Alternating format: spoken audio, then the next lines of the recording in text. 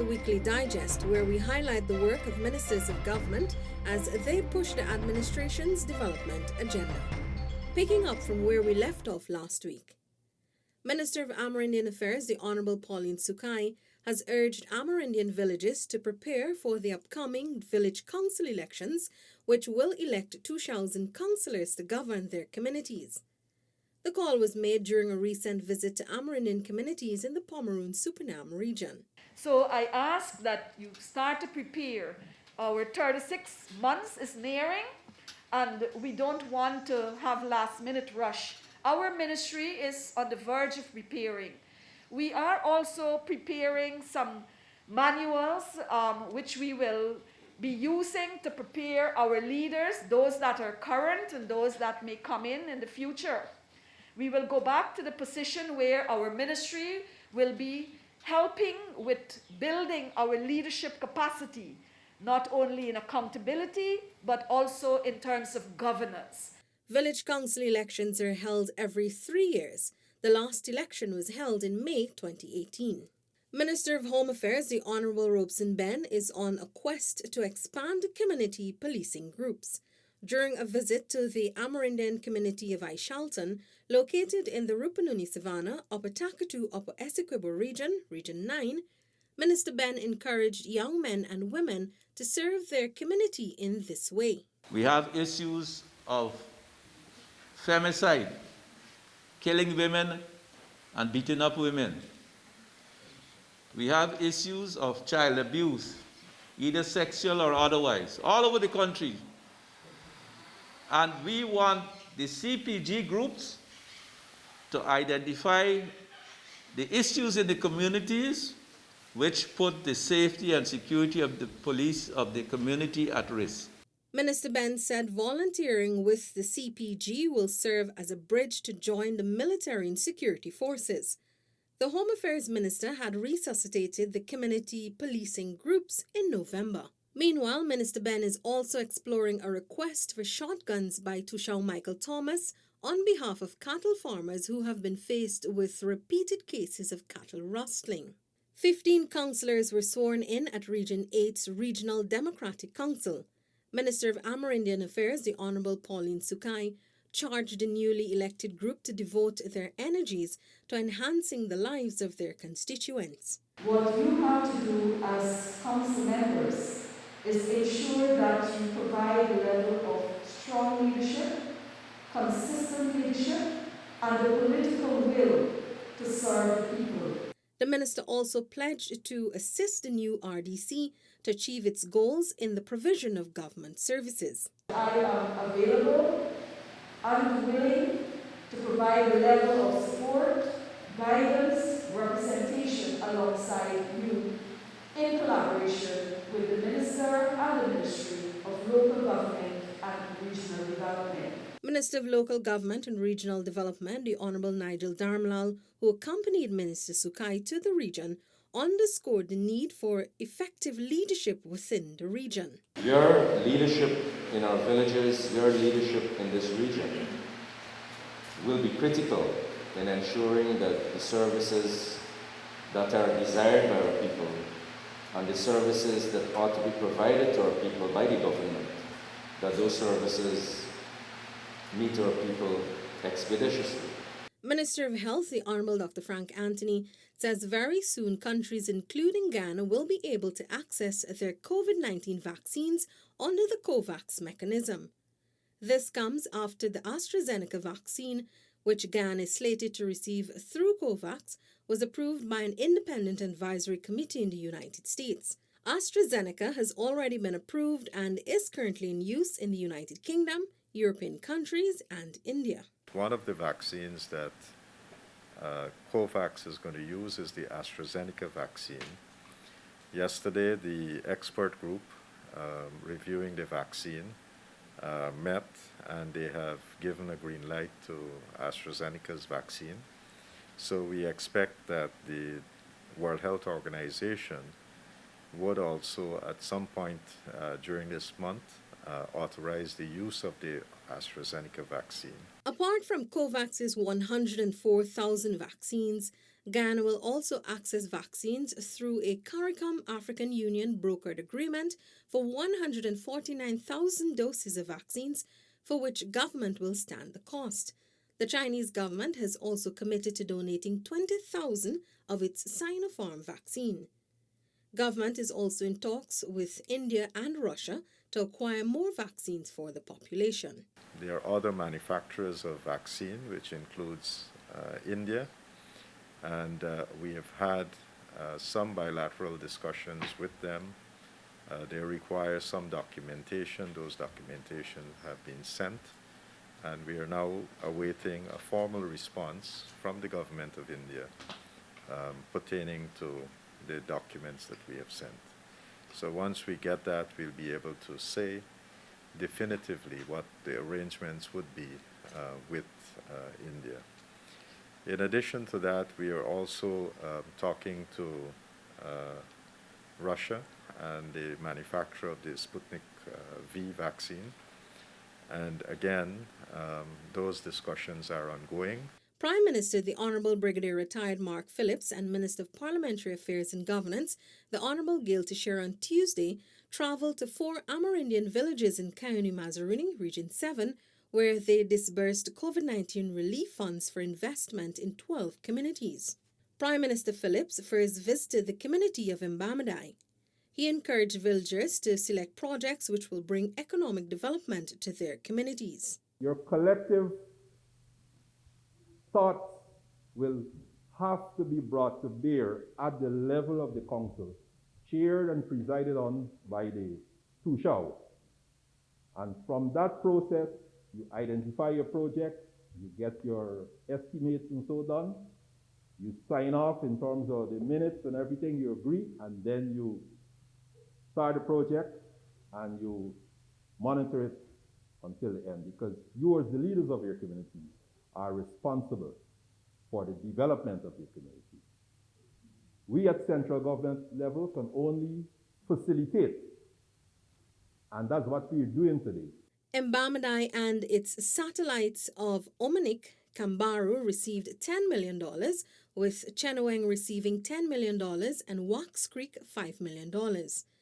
Prime Minister Phillips also visited Philippi, where he disbursed $15 million to the village, while Amukokopai and Waileing both received $3 million. Parima received $10 million.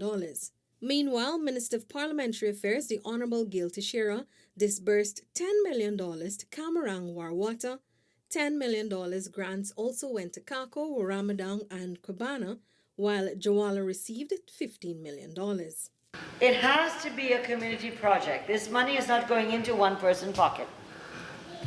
Nor is this money to be used in the, easy way.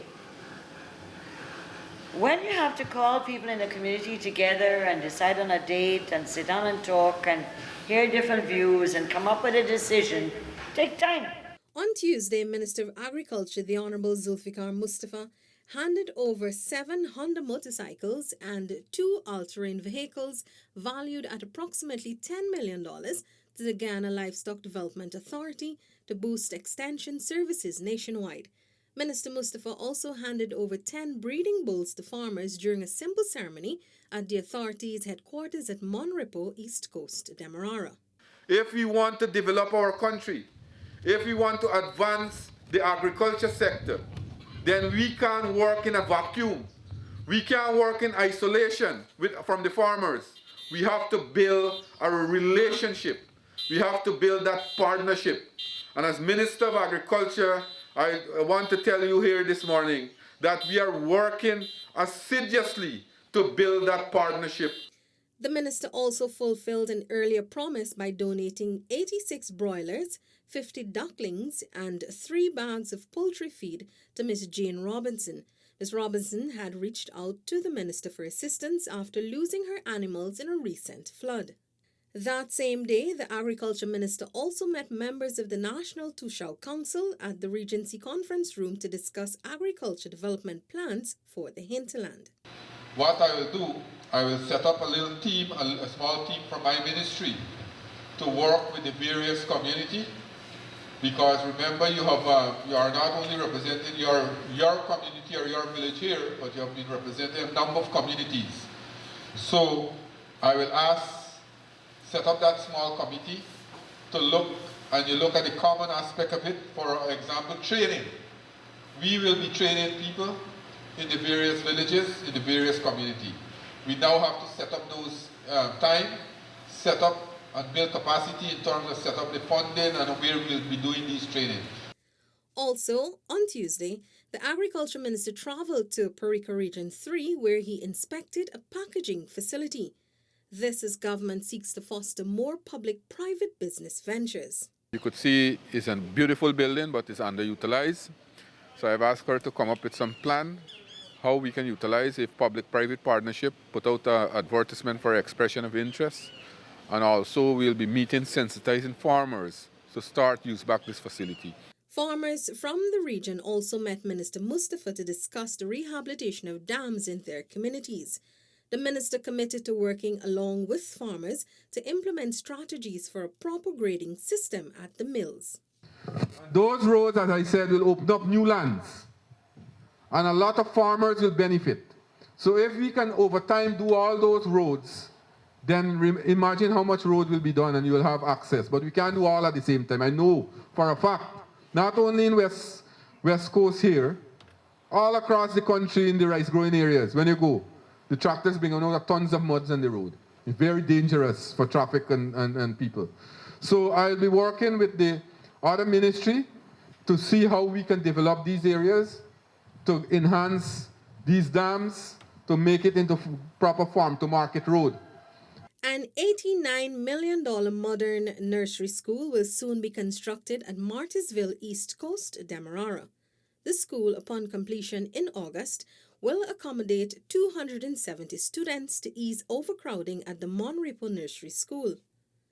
Minister of Education, the Honorable Priya Manikchan, says this initiative is aimed to ensure every child of nursery age has access to education, in keeping with the United Nations Sustainable Development Goal 4 of providing inclusive and equitable quality education.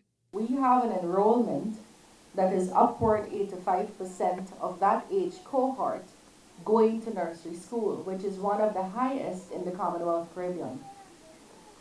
So that tells us very clearly that Guyanese parents take their children's education very seriously.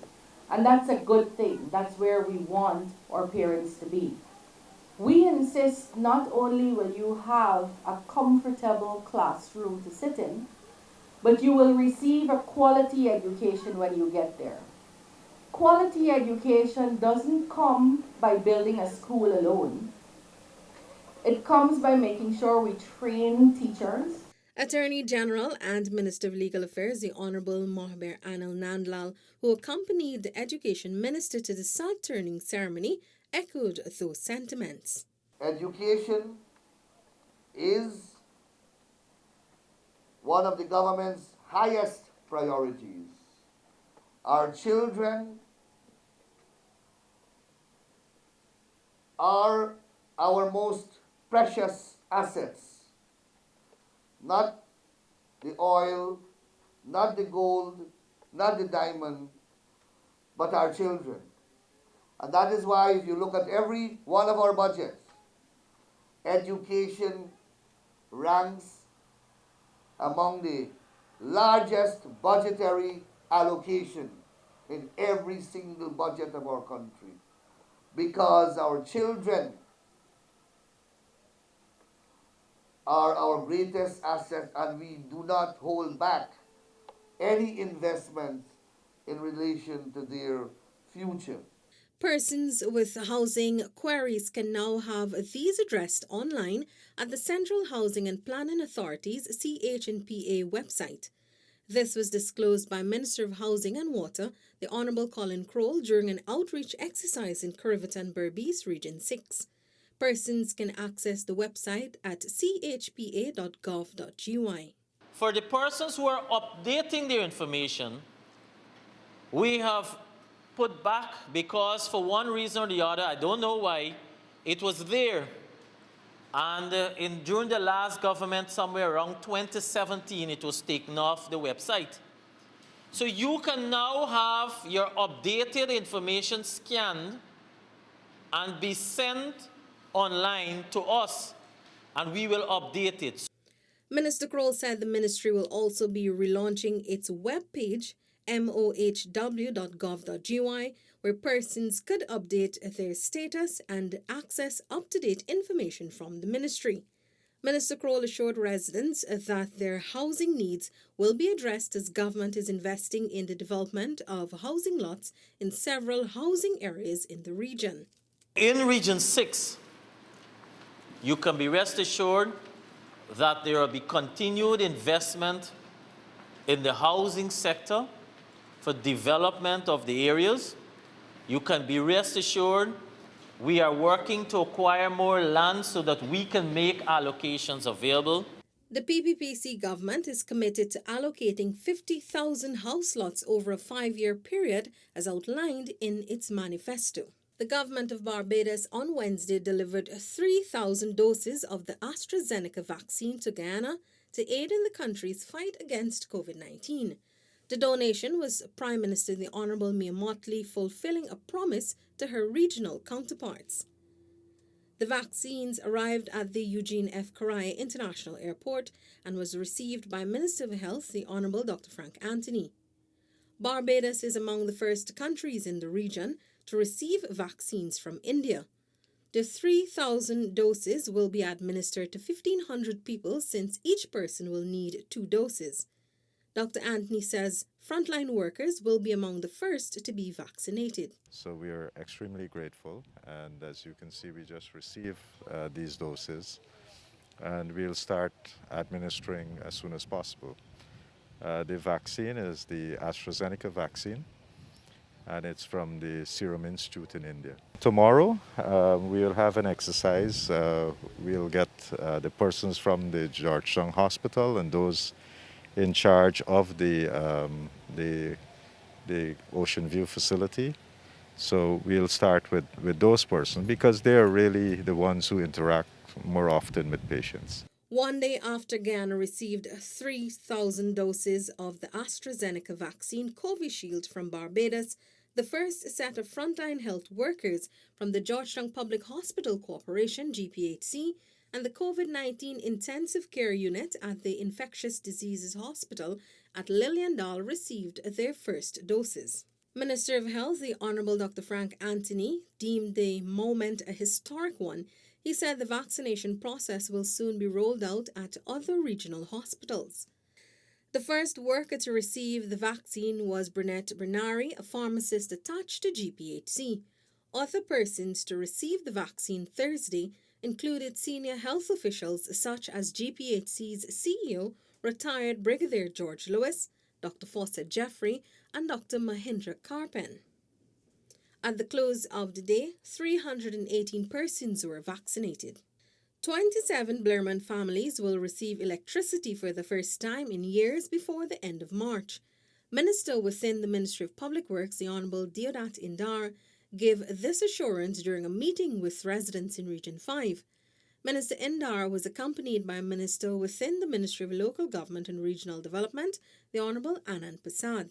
Front can get right away, but the ones at the back will have to find a way to get independent poles within that area to power the area. But all to our 27 houses in Blairmont, in 4 to 5 days, will have electricity.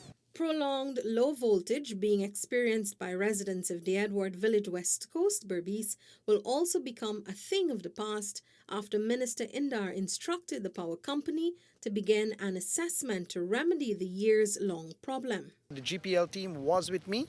When we looked, I can't identify one single transformer in a whole area. So if you don't have a transformer, it automatically tells you low voltage is the issue. So a team will go there by the end of the week to assess it and to look at the diagram of the area and see what kind of transformers have to go there, and GPL will have to go down there and fix that issue. Later on, Minister Indar registered his dissatisfaction with the pace of work by contractors assigned to complete the Burma Road. This road was contracted since last year, I'm seeing some works being done here, but I'm not satisfied with the speed of the works that's done here. Then I'm seeing a road at the side there at Champagne. There's a piece of road that had to be built there. Mobilization was skim to none. And I'm going to be dealing with those contractors that is doing this road and that one, and the two in Blairmont as well. Minister within the Ministry of Public Works, the Honourable gov't Indar, has condemned the findings of the recently released internal audit into the Maritime Administration Department, MARAD, which revealed several irregularities. It's a kind of fraud that I've never seen before, right? Right now, I checked the tally on them. $657 million was paid to contractors through MARAD to repair 4 vessels, and 0 was done so far. Minister Indar highlighted that mobilization advances and subsequent payments were made without any verification by MARAD. No report of measured works were done. So the persons who are culpable of that will have to answer, and actions will be taken against them. The audit has brought internal controls at the agency on the heavy criticism following evidence of conflict of interest and a lack of checks and balances, among other matters. Minister of Public Works, the Honourable Bishop One Edgell, has requested that the Auditor General execute a forensic audit into the agency. The National Assembly on Thursday passed the Deceased Persons Estates Administration Amendment Bill 2020. Attorney General and Minister of Legal Affairs, the Honourable Mohaber Anil Nandlal, presented the bill for a second reading before it was passed during the 18th sitting of the National Assembly. Under the current Act, letters of administration are not required for small estates in certain circumstances where the value of the estate does not exceed $1,000.